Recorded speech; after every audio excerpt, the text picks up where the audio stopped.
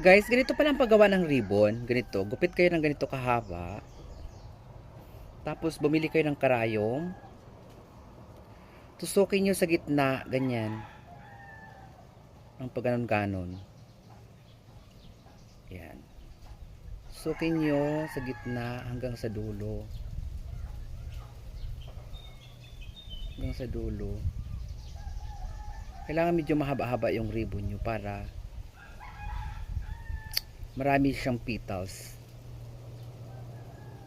Maganda tingnan.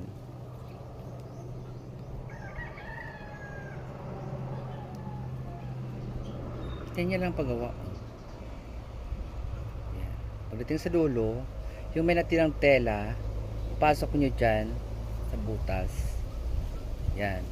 Ganunin nyo. Ikutin ng bahagyan ng ikot. Bunutin nyo ulit.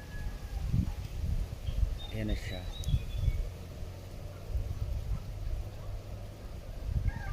Ayan na. Ribbon na. Perfect, di ba? Ganyan lang guys, kasimple.